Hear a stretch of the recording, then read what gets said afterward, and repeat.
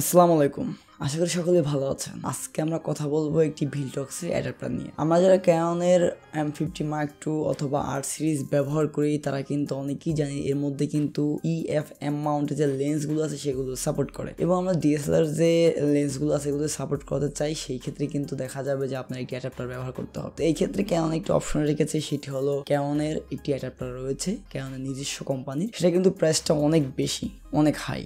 আসলে অনেকের কাছে এফোর্ড করা সম্ভব না, যে কারণে কিন্তু আমরা থার্ড পার্টি যে ভিলটক্সের অ্যাডাপ্টারগুলো আছে এগুলো বাই করে থাকি। তো অনেকেই দ্বিধাদ্বন্দ্বের মধ্যে পড়ে যায় যে একটি ক্যাননের অ্যাডাপ্টার যেটার দাম হয় প্রায় 18 থেকে 20,000 টাকা, অন্যদিকে একটা ভিলটক্সের অ্যাডাপ্টার যার দাম তার অর্ধেকও না, মাত্র 5,500 টাকা অথবা 5,000 টাকা। আবার কিছু কিছু জায়গায় আপনারা কিছু অফারে কিন্তু এটি 3,500 টাকা আবার 3,000 টাকার মধ্যে পেয়ে যাচ্ছেন। তো এটা 3,500 টাকার মধ্যে কীভাবে বাই করতে পারেন সেটা অবশ্যই ভিডিও শেষে বলতেছি। তার আগে বলবো যে এই প্রাইজের মধ্যে এটার পারফরমেন্স, বিল কোয়ালিটি, ওভারঅল এটা রিভিউ। আসলেই ক্যাননের যে অ্যাডাপ্টারগুলো আছে সেগুলো বাই না করে এটা বাই করার আসলে কি উচিত হবে কি হবে না সেটা আমার ভিডিওটা সম্পূর্ণ দেখলেই আপনি বুঝতে পারবেন। তাহলে চলুন বন্ধুরা আমরা মূল ভিডিও শুরু করি। তো সর্বপ্রথম আমরা বক্স নিয়ে কথা বলবো। বক্সটা আপনারা দেখতে পাচ্ছেন, বক্সটা কিন্তু আসলে খুব অসাধারণ একটি বক্স। আপনারা দেখতে পাচ্ছেন এই যে বক্সটি, আসলে এই বক্সটি প্রথমে আমি দেখে খুব অবাক হয়ে গেছি, এত সুন্দর একটি বক্স তারা আমাদেরকে প্রোভাইড করেছে। বক্সটা দেখতে আসলে খুব সুন্দর লাগে। তো বক্সটির দুই সাইডে দুইটি স্টিকার পাবেন, স্টিকার দুইটি ওঠানোর পরে এরকম একটা স্টিকার পাবেন, সেটা এভাবে খুলে ফেলবেন, দেন আপনার এরকম একটা বক্স পেয়ে যাবেন।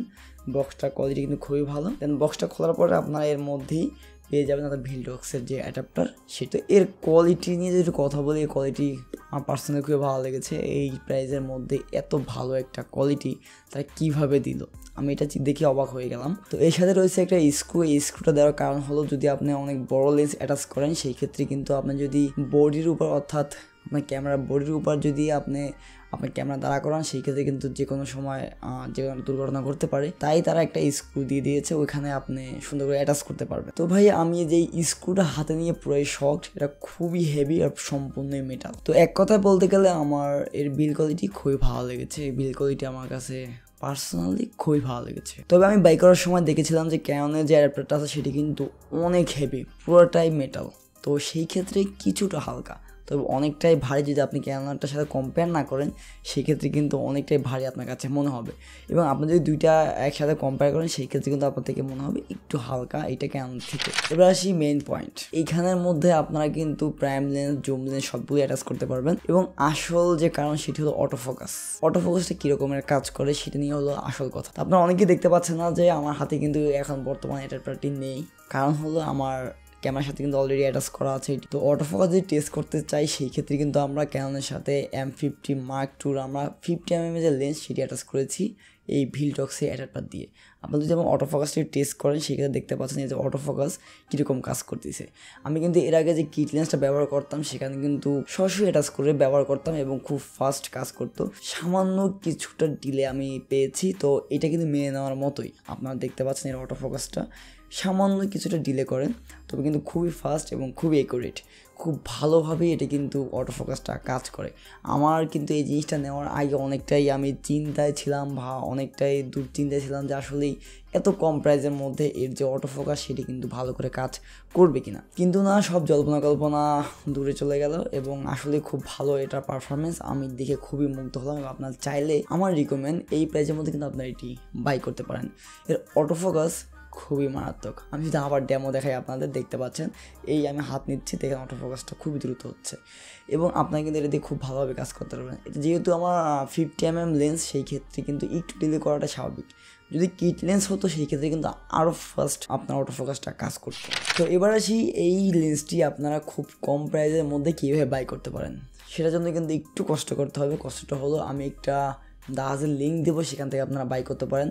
ভয় পেন না, কোনো ফেক না, এটা কিন্তু অরিজিনাল সেমটাই পেয়ে যাবেন। আর যদি আপনি চাচ্ছেন খুব তাড়াতাড়ি বাই করার জন্য সেই ক্ষেত্রে কিন্তু যে কোনো শপ থেকে 5,200 অথবা 5,500 মতো টাকা নিবে, আপনি এটি বাই করতে পারেন। আর যদি এখান থেকে দারাজ থেকে বাই করেন সেই ক্ষেত্রে কিন্তু 1 মাস সময় লাগতে পারে, কারণ এই অ্যাকাউন্টগুলো কিন্তু বাইরের, তারা মালটা পাঠাতে কিন্তু অনেক সময় লাগে, 1 মাসের মতো সময় লাগে।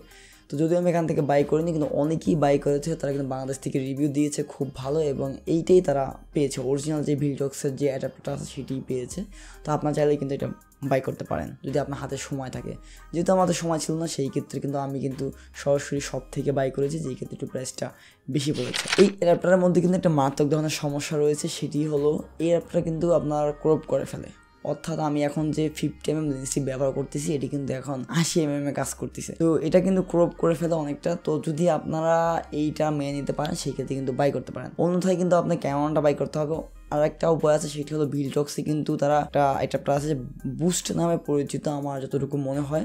তো ওটা যদি বাই করেন ওটার মধ্যে কিন্তু একটা গ্লাস দেওয়া থাকে, অর্থাৎ মিরর আছে ওইটার মধ্যে, তো আপনি কিন্তু বুঝতে পারবেন। ওইটা ব্যবহার করলে কিন্তু আপনার কোনো ক্রপ হবে না, এটার মধ্যে কিন্তু কোনো গ্লাস নেই অর্থাৎ মিরর নেই, সেই ক্ষেত্রে কিন্তু এটা আপনার ক্রপ করে ফেলে। অর্থাৎ আপনি যদি 50mm ব্যবহার তো 1.5 ইন্টু এরকম একটা কিছু ইন্টু হয়ে যায়, সেই ক্ষেত্রে কিন্তু আমি এখন 50mmটা ব্যবহার করতেছি, এখন দেখা যাচ্ছে এখানে 80mm হয়ে গেছে। তো এরকমভাবে প্রত্যেকটা লেন্সের কিন্তু ক্রপ করে ফেলবে। তো আপনারা যদি চান এই সমস্যাটা মেনে নিতে পারেন, সেই ক্ষেত্রে কিন্তু আপনি এটা বাই করে ব্যবহার করতে পারেন, অন্যথায় কিন্তু আমি মনে করি বেস্ট।